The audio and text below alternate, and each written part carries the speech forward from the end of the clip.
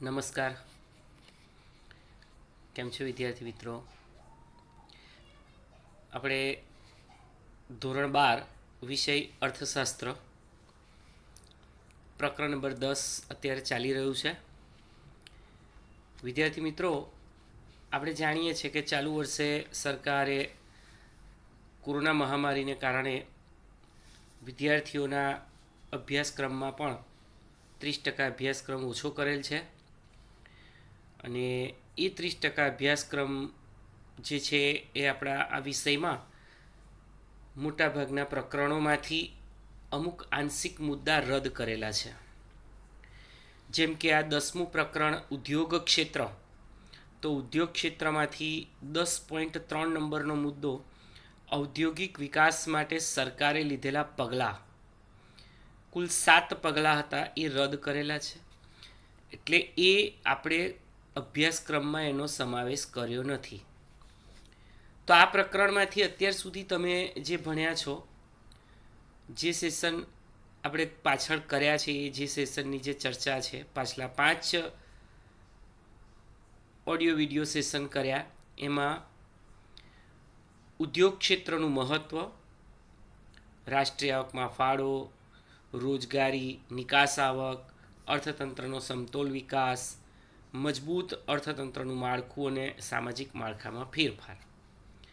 એક મોટો 5 માર્ક્સનો પ્રશ્ન હતો. ત્યારબાદ ફરી પાછો 5 માર્ક્સનો એક પ્રશ્ન એવો હતો કે ઔદ્યોગિક માળખાનું વર્ગીકરણ, એમાં મૂડીરોકાણના કદને આધારે, જેવા કે ગૃહ ઉદ્યોગ, ટચુકડા ઉદ્યોગ, નાના પાયાના, મધ્યમ પાયાના, મોટા પાયાના, માલિકીને આધારે જાહેર ક્ષેત્ર, ખાનગી ક્ષેત્ર, સંયુક્ત ક્ષેત્રના ઉદ્યોગો, જાહેર ક્ષેત્રમાં વળી પાછા ખાતાકીય, બરાબર છે, નિગમ અને કંપની.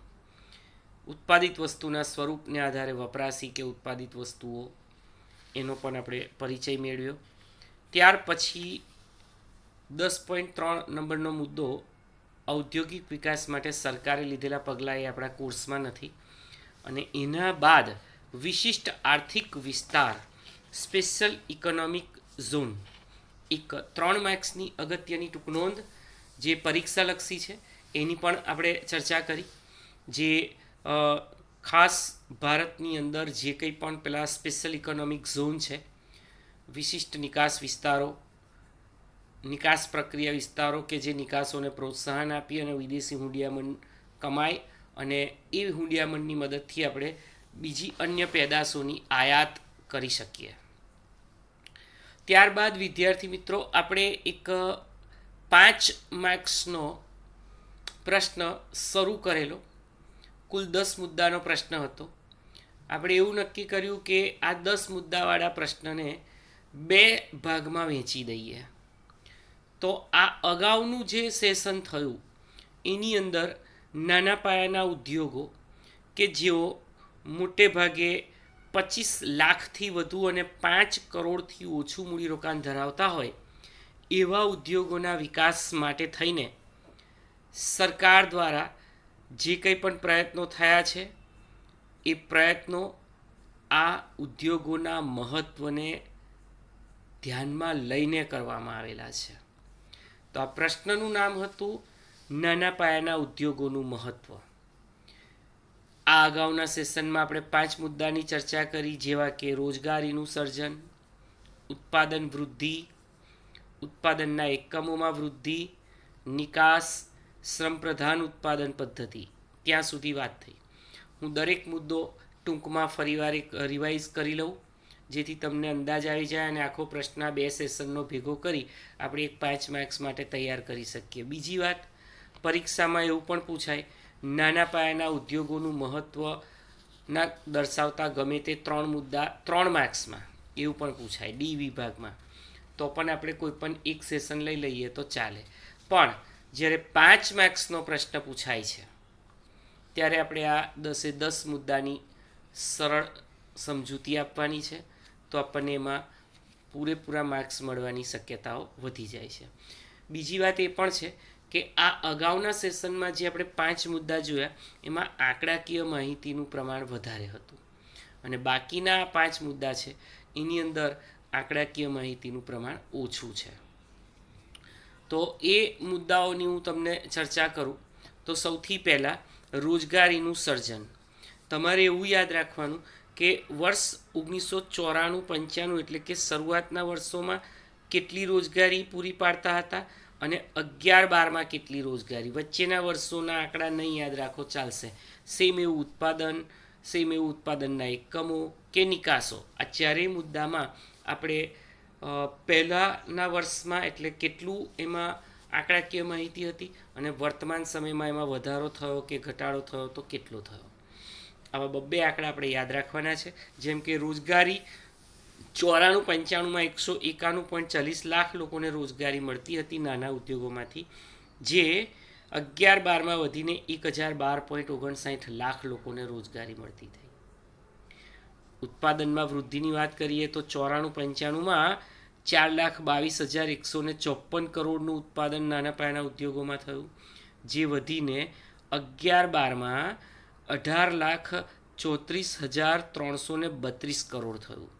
તો આ બે જ આંકડા આપણે યાદ રાખવાના, 94-95ના અને 2011-12ના. એવી રીતે ઉત્પાદનના એકમો 94-95માં 79.60 લાખ હતા, જે વર્ષ 2011-12માં વધીને 447.73 લાખ સુધી પહોંચ્યા. તો આ બે આંકડા અહીં યાદ રાખીશું. નિકાસોની વાત કરીએ તો 94-95માં 29,068 કરોડની નિકાસ, જે 2006-07માં વધીને 1,77,600 કરોડ સુધી વૃદ્ધિ પામી. તો આ પ્રમાણે આંકડાકીય માહિતી, શ્રમ પ્રધાન ઉત્પાદન પદ્ધતિ, કોઈપણ ઉદ્યોગો બે સ્વરૂપમાંથી કોઈ એક સ્વરૂપનું હોઈ શકે, કાં તો શ્રમ પ્રધાન કાં તો મૂડી પ્રધાન. હવે નાના પાયાના ઉદ્યોગો જે મોટે ભાગે શ્રમથી જ ઉત્પાદન કરે એટલે શ્રમનો વધુ ઉપયોગ અને મૂડીનો ઓછો ઉપયોગ થાય છે, અને એને કારણે ત્યાં રોજગારીનું પ્રમાણ વધે છે અને પડતર પણ નીચી આવે છે. તો આટલા 5 મુદ્દાની આપણે ચર્ચા ગયા સેશનમાં કરી, એ તમને રિમાઇન્ડ કરાવ્યું. હવે આજે આપણે 6થા મુદ્દાથી શરૂઆત કરીએ. 6થો મુદ્દો, વિદેશી હુંડિયામણની બચત. નાના પાયાના ઉદ્યોગો ભારત દેશ માટે ખૂબ જ ઉપયોગી સાબિત થયા છે. કેમ? તો કે એક તો નિકાસો વધારીને દેશને હુંડિયામણ કમાવી આપે છે, બીજી બાજુ મોટા ભાગની જરૂરિયાત વસ્તુઓનું પૂરતા પ્રમાણમાં ઉત્પાદન કરે છે, એટલે આપણે વિદેશમાંથી આયાત કરવી નથી પડતી, અને આયાત ન કરવી પડે એટલે આપણો હુંડિયામણનો ખર્ચ ઘટે છે. સરવાળે ભારતના વિદેશ વેપારમાં સમતુલા લાવવા માટે તે ખૂબ જ કારગર નીવડે છે. તો આ પણ એક બેનિફિટ થયો, વિદેશી હુંડિયામણની બચત થાય છે. એક તો આપણે નાના પાયાના ઉદ્યોગો વધુ પ્રમાણમાં સ્થાપના કરીએ તો નિકાસો વધારીએ એટલે હુંડિયામણની કમાણી થાય, અને બીજું જે વસ્તુની આયાત કરીએ છીએ એને દેશમાં જ બનાવીએ એટલે હુંડિયામણનો ખર્ચ પણ ઓછો થાય. તો આ બે રીતે બેનિફિશિયરી થયું. 7મું, સમયનો ટૂંકો ગાળો. નાના પાયાના ઉદ્યોગો ખૂબ જ ટૂંકા ગાળામાં શરૂ કરી શકાય છે, within a short period of time. આ ઉદ્યોગોમાં મૂડીરોકાણ અને ઉત્પાદન આ બે વચ્ચેનો સમયગાળો પણ ખૂબ નાનો છે, એટલે ઉપયોગી થઈ પડે છે. જે કંઈ પણ મૂડીરોકાણ કરો છો, લાંબા ગાળા સુધી એનો વ્યાજ ખર્ચ ભોગવવો નથી પડતો. તાત્કાલિક એનું ઉત્પાદન શરૂ થઈ જતું હોવાથી બજારમાં એ માલ પહોંચે છે અને વેચાણ થઈ રોકડ કલેક્શન થઈ જાય છે. આમ ખૂબ જ ટૂંકા સમયગાળામાં ઉત્પાદન કાર્ય શરૂ થઈ શકતું હોવાથી દેશમાં રહેલી જે તે વસ્તુઓની અછતને પણ પૂરતા પ્રમાણમાં સંતોષી શકાય છે, અને જરૂરી પ્રમાણમાં ઉત્પાદનના એકમો બજાર સુધી પહોંચાડી શકાય છે, અને દેશ માટે તે ખૂબ જ મદદરૂપ સાબિત થાય છે. જ્યારે મોટા પાયાના એકમમાં કમ્પેરિઝન કરો તો પ્રોસિજરમાં ખૂબ લાંબો સમય જાય, એસ્ટાબ્લિશમેન્ટ સ્થાપનામાં ખૂબ લાંબો સમય જાય, મૂડીની વ્યવસ્થા, બજારનું સંશોધન, મોટા પાયા પર ઉત્પાદન, ટેકનોલોજીની આયાત, આ બધા પાછળ ખૂબ લાંબો સમય જાય છે. જ્યારે અહીંયા એવું નથી. નાના પાયાના ઉદ્યોગો ખૂબ જ ઝડપથી આપણે એને શરૂ કરી શકીએ છીએ, અને ટૂંકા ગાળામાં બજારમાં વસ્તુઓ પહોંચાડી શકીએ છીએ. આઠમું છે સમતોલ પ્રાદેશિક વિકાસ. મોટા પાયાના ઉદ્યોગોની સામે નાના પાયાના ઉદ્યોગો ઓછી મૂડી, ઓછી સાધન સામગ્રી અને ઓછા સંસાધનો દ્વારા, જુઓ મૂડી પણ ઓછી, જુદા જુદા ઉત્પાદનના સાધનો એનું પ્રમાણ પણ ઓછું, અને સંસાધનો રિસોર્સિસ એ પણ ઓછું, અને વળી દેશના કોઈ પણ ભાગમાં શરૂ કરી શકાય એવું નથી કે એના માટે ચોક્કસ ભૌગોલિક વિસ્તાર જ જોઈએ કે આબોહવા જોઈએ, એવું કશું જ નથી. એટલે માત્ર વિકસિત પ્રદેશો સુધી લાભ અટકી ન રહેતા તે સમતોલ વિકાસ કરી શકાય છે. અને આ રીતે નાના પાયાના ઉદ્યોગો દ્વારા ધનિકો અને ગરીબો, વિકસિત અને અલ્પવિકસિત પ્રદેશ જેવી અસમાનતા પણ ઘટાડવી શક્ય બને છે. દાખલા તરીકે મોટા પાયાના ઉદ્યોગો ક્યાં શરૂ થાય? મોટે ભાગે એવી જ જગ્યાએ શરૂ થાય જ્યાં ઇન્ફ્રાસ્ટ્રક્ચર, પાયાની સુવિધાઓ મળી રહેતી હોય. રસ્તા, બેંક, વીમો, વખાર, આડતિયા, પાણી, વીજળી, બેન્કિંગ, આ બધું મળી રહેતું હોય ને ત્યાં જ મોટા પાયાના ઉદ્યોગો જાય. નાના પાયાના ઉદ્યોગોને એવું હોતું નથી. કેટલાય એવા પછાત બેકવર્ડ એરિયામાં તેઓ ઉદ્યોગો શરૂ કરી શકે અને સરળતાથી એ પ્રદેશનો, ત્યાંના લોકોને રોજગારી પૂરી પાડી એમનું જીવન ધોરણ સુધારીને એ પછાત વિસ્તારનો પણ વિકાસ કરી સમતોલ પ્રાદેશિક વિકાસ શક્ય બનાવે છે. નવમું છે વિકેન્દ્રીકરણ. મોટા પાયાના ઉદ્યોગો ધનિક અને ખૂબ નાના સમાજના વર્ગ દ્વારા ચલાવવામાં આવે છે. ધનિકો તો ખરા જ, પણ નાના સમાજના વર્ગો પણ આવા મોટા પાયાના ઉદ્યોગો ચલાવે છે કે જેમાં ખૂબ મોટા પ્રમાણમાં મૂડીની જરૂર હોય. એટલે મોટા પાયાના ઉદ્યોગો મૂડી અને સંપત્તિનું કેન્દ્રીકરણ કરાવે છે. દાખલા તરીકે આપણા દેશના ગણ્યા ગાંઠ્યા મોટા મોટા ઔદ્યોગિક ગૃહો જેવા કે રિલાયન્સ, ટાટા, અદાની વગેરે.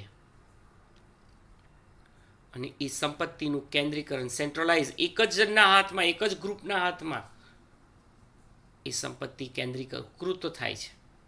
જ્યારે નાના પાયાના ઉદ્યોગોમાં ખૂબ ઓછા પ્રમાણમાં મૂડીની જરૂરિયાત હોય તે અર્થતંત્રના નાના નાના ઉત્પાદકો દ્વારા પણ શરૂ થઈ શકે અને તે દ્વારા તેઓ તેના લાભ મેળવી શકે. ઓછું મૂડીરોકાણ એટલે સમાજનો કોઈ પણ મધ્યમ વર્ગીય વ્યક્તિ પણ લઘુ અને ગૃહ ઉદ્યોગ શરૂ કરી શકે. એટલું જ નહીં, પણ દેશના જુદા જુદા ક્ષેત્રે રહેલા સંસાધનો, સુસુપ્ત એટલે કે નિષ્ક્રિય સાધનોનો પણ ઉપયોગ શક્ય બને છે. આવા સાધનો કે જે વપરાયેલા હોય, અનયુઝડ, વેરવિખેર પડી રહ્યા હોય, તેમનો ઉપયોગ થાય છે. એને કારણે દેશનું કુલ ઉત્પાદન વધતું જાય છે. તદુપરાંત આવા સાધનો કે જેમનો અગાઉ ઉપયોગ નથી થયો તેમને રોજગારી મળે એટલે તેઓ આવક મેળવતા થાય છે. આપણે ઉત્પાદનના સાધન શ્રમની વાત કરીએ છીએ. સમગ્ર દેશમાં ઉત્પાદનના લાભો એક સરખા પ્રમાણે વહેંચી શકાય છે. એટલે કોઈ એક હાથમાં સંપત્તિનું કેન્દ્રીકરણ નથી થતું, મૂડીનું કેન્દ્રીકરણ નથી થતું, એ આનો મોટો બેનિફિટ છે. અને એટલે જ સાચા અર્થમાં અહીંયા ડિસેન્ટ્રલાઇઝેશન થાય છે, વિકેન્દ્રીકરણ જોવા મળે છે. 10મું અને છેલ્લું, ઊંચો વિકાસ દર. મોટા પાયાના ઉદ્યોગોમાં ખૂબ વધુ પ્રમાણમાં મૂડીનો ઉપયોગ થયેલ હોવાથી તેમાં ઊંચા નફાની આવશ્યકતા રહેલી હોય છે. આ વાત થઈ ગઈ મોટા પાયાના ઉદ્યોગો. તમે જુઓ, અહીં લગભગ દરેક મુદ્દામાં મોટા ઉદ્યોગો અને નાના પાયાના ઉદ્યોગો વચ્ચે સરખામણી થાય છે, તુલના થાય છે. તદુપરાંત મોટા પાયાના ઉદ્યોગોએ જે મૂડીરોકાણ કર્યું છે એનાથી અર્થતંત્રનો વિકાસ અસ્થિરપણે થાય છે. કેમ એવું? કારણ કે તેવા ઉદ્યોગો એટલે કે મોટા ઉદ્યોગોને બજારના ફેરફારો અનુસાર ઝડપથી બદલી નથી શકાતા. એ શક્ય નથી હોતા કારણ કે કદ ખૂબ વિશાળ હોય છે. જ્યારે નાના પાયાના ઉદ્યોગોમાં એનાથી ઉલટું, ખૂબ જ ઓછી મૂડી દ્વારા તે સ્થપાયેલા છે. એક તરફ વધુ ઉત્પાદકો ઉત્પાદનનું કાર્ય શરૂ કરી શકે, જેથી દેશનું કુલ ઉત્પાદન અને કુલ આવક અહીં વધતા જાય છે. તદુપરાંત આ ઉદ્યોગો સ્થાપવાનો સમયગાળો ટૂંકો હોવાથી બજારની જરૂરિયાત અનુસાર ઉત્પાદનમાં ઝડપી ફેરફાર પણ કરી શકાય, કારણ કે ખૂબ જ ટૂંકા ગાળામાં તમે એનું વિસ્તરણ કરી શકો, આધુનિકીકરણ કરી શકો, સ્થાપના કરી શકો. એટલે જરૂરિયાત અનુસાર ઉત્પાદનમાં પણ ઝડપથી ફેરફાર કરી શકાય. અને એટલે જ નાના પાયાના ઉદ્યોગો સતત દેશ માટે ઊંચો વિકાસ દર આપે છે, જે કોઈ પણ દેશ માટે ખૂબ જ જરૂરી છે. કોઈ પણ દેશ માટે તે ખૂબ જ ઉપયોગી છે. તો વિદ્યાર્થી મિત્રો, આ સાથે જ અહીંયા આ એક પ્રશ્ન આપણો પૂર્ણ થયો. 5 માર્ક્સનો નાના પાયાના ઉદ્યોગોનું મહત્ત્વની ચર્ચા કરવાની. તમારા સ્વાધ્યાયમાં 5માનો ત્રીજો પ્રશ્ન આપેલો છે. તો આ પ્રકરણ પણ અહીંયા પૂરું થાય છે. વિદ્યાર્થી મિત્રો, તમારે MCQ અને એક વાક્યવાળા એટલે કે સ્વાધ્યાયનો પ્રશ્ન પહેલો અને બીજો એ હોમવર્કમાં લખવાનો છે. અને જે કોર્સમાંથી રદ કરેલું છે, દાખલા તરીકે 5મા પ્રશ્નનો ચોથો પ્રશ્ન, એ તમારે નથી લખવાનો, કારણ કે ચાલુ વર્ષ માટે અભ્યાસક્રમમાંથી એને રદ કરેલો છે. ઔદ્યોગિક વિકાસ માટે સરકારે લીધેલા પગલાં, જે તમારે હોમવર્કમાં નથી લખવાનું. એ સિવાયનું આજે આ ચાલેલો પ્રશ્ન અને સ્વાધ્યાયનો MCQ અને એક વાક્યવાળા એ હોમવર્કમાં લખવાના. અને 2 માર્ક્સના પણ ટૂંકા પ્રશ્નો જે છે, નાના પાયાના ઉદ્યોગ એટલે શું, સંયુક્ત મૂડી કંપનીના ઉદાહરણ વગેરે, કુલ 5 પ્રશ્નો, તો એ પણ આપણે હોમવર્કમાં લખવાના. એટલે સ્વાધ્યાયનો પહેલો એના 5 MCQ, બીજો એના 5 એક વાક્યવાળા અને ત્રીજો એના 5 ટૂંકમાં જવાબ આપો. આટલું હોમવર્ક કરવાનું છે. અને 5માના ત્રીજા પ્રશ્નમાં આ 6 મુદ્દા આપણે એડ કરી દેવાના છે. Thank you.